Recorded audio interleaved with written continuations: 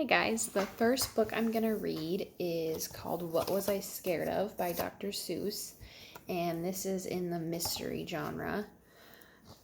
I'm kind of following the format of the Read Aloud number 4 where I ask students questions and provide prompts. Since I don't really have any way for them to answer, I'm just going to ask them as they would be. So I'll start here. Well, I was walking in the night and I saw nothing scary, for I have never been afraid of anything. Not very. Then I was deep within the woods when suddenly I spied them. I saw a pair of pale green pants with nobody inside them. I wasn't scared, but yet I stopped. What could those pants be there for? What could a pair of pants at night be standing in the air for? Pictures. I'm looking at the pants. And at this point, I would ask students how they would feel if they came across a pair of pale green pants in the night. And then they moved, those empty pants. They kind of started jumping, and then my heart, I must admit, it kind of started thumping. So I got out. I got out fast as I could go, sir. I wasn't scared, but pants like that, I did not care for. No, sir. So you can see he looks pretty scared of the pants, and I would ask students what they think, if he looks scared or not, and if they've ever been scared and said they weren't. After that, a week went by. Then one dark night in the Greenwich, I had to do an errand there and fetch some Greenwich spinach. While I had fetched the spinach, I was starting back through town, and then those pants raced around a corner. They almost knocked me down. I lost my Greenwich spinach, but I didn't even care. I ran for home. Believe me, I really had a scare. Now, bicycles were never made for pale green pants to ride them, especially spooky green pale green pants with nobody inside them. So that's him picking the Greenwich spinach, the pants on the bike.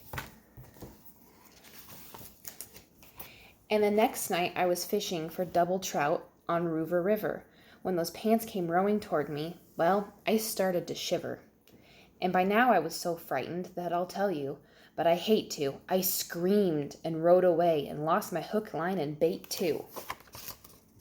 And the pants coming towards him.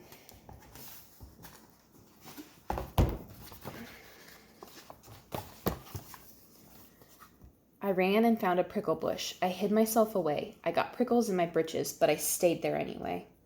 I stayed all night, the next night too. I'd still be there, no doubt, but I had an errand to do.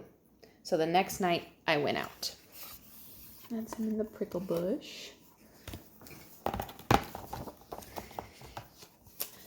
had to do an errand. I had to pick a peck of snide in a dark and gloomy snide field that was almost 9 miles wide. I said, I do not fear those pants with nobody inside them. I said, and I said, and I said those words. I said them, but I lied.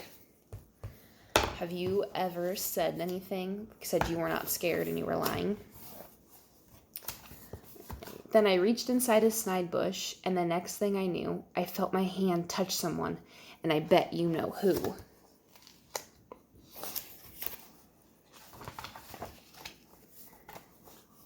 And there I was, caught in the snide, and in that dreadful place, those spooky empty pants and I were standing face to face. I yelled for help, I screamed, I shrieked, I howled, I yelled, I cried. Oh, save me from these pale green pants with nobody inside. But then a strange thing happened. Why, those pants began to cry. Those pants began to tremble. They were just as scared as I. I've never heard such whimpering, and I began to see that I was just as strange to them as they were strange to me. I put my arm around their waist and sat right down beside them. I calmed them down, poor empty pants with nobody inside them. And now we meet quite often, and those pants and I, and we never shake or tremble. We both smile, and we say hi.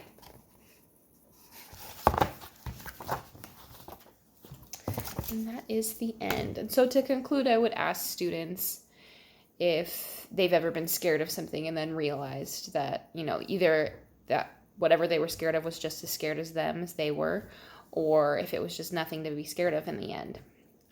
That's it.